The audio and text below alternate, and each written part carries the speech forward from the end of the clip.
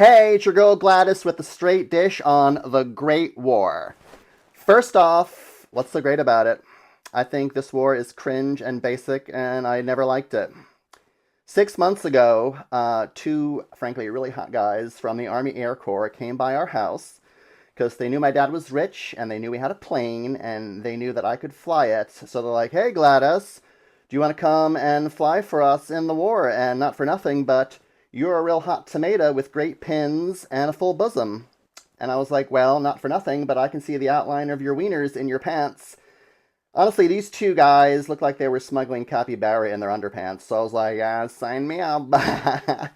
So I signed the paper like a dum-dum, and a few weeks later, I'm in France, freezing my vag off, and shooting a machine gun, rat-tat-tat-tat-tat, so loud, hated it. And every morning, my boss or captain or whatever he's called would come in and go, you need to get in your plane and shoot down Germans. And I'm like, why don't you shoot down Germans, okay? And not for nothing, but every morning we had beans on toast for breakfast. I was farting so bad, I burned a hole in my leather flight trousers. I burned a hole in them from farting. I was gross. It was gross, and I hated it. I had to put one of my scarves up my butt to prevent the gasoline in my plane from exploding. That's how bad it was. So anyway, I'm flying and shooting and shooting and flying and freezing, and I run into the Red Baron, German ace. I'm like, I don't care. I'm not impressed. But every time I saw him, he would fly by and he'd spray me with bullets. I'm like, stop spraying me with your bullets. But he wouldn't shoot me down. And then he'd come by again. I saw him again. He'd spray me with more bullets. I'm like, ew, stop spraying me with your bullets. But he would never shoot me down. And then I put two and two together. I'm like, oh, the Red Baron wants to fuck me. Okay, I get it. I get it. But I was like, no, gross. No, I don't even like you like that. So stop shooting me with your bullets.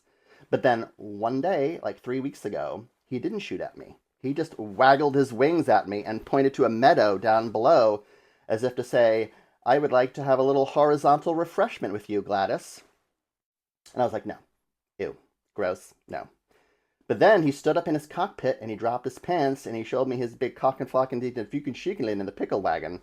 And I was like, woof. I'm like, okay, I'll sit on that. I'm bad. I'm so bad.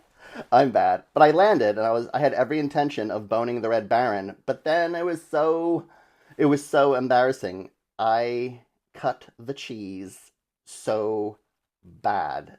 It was so bad. It smelled like a mustard poison gas attack, and the Red Baron got delirious. He was like babbling, blah, blah, blah, blah, blah. And then he starts babbling about German upcoming troop movements for an offensive they were going to launch. I was like, I really want to do you, but I gotta go. So I flew back to my squadron, and they were all ready to call me a strollop and a trollop and a tart. And I was like, actually, no, I'm a patriot and a hero, and here's why. The Red Baron just told me what the Germans were going to do, so I told everyone, and then they told two friends, and then they told two friends, and then so on and so on and so on. Cut to, the American doughboys repelled the German attack, and we signed the armistice for the war yesterday.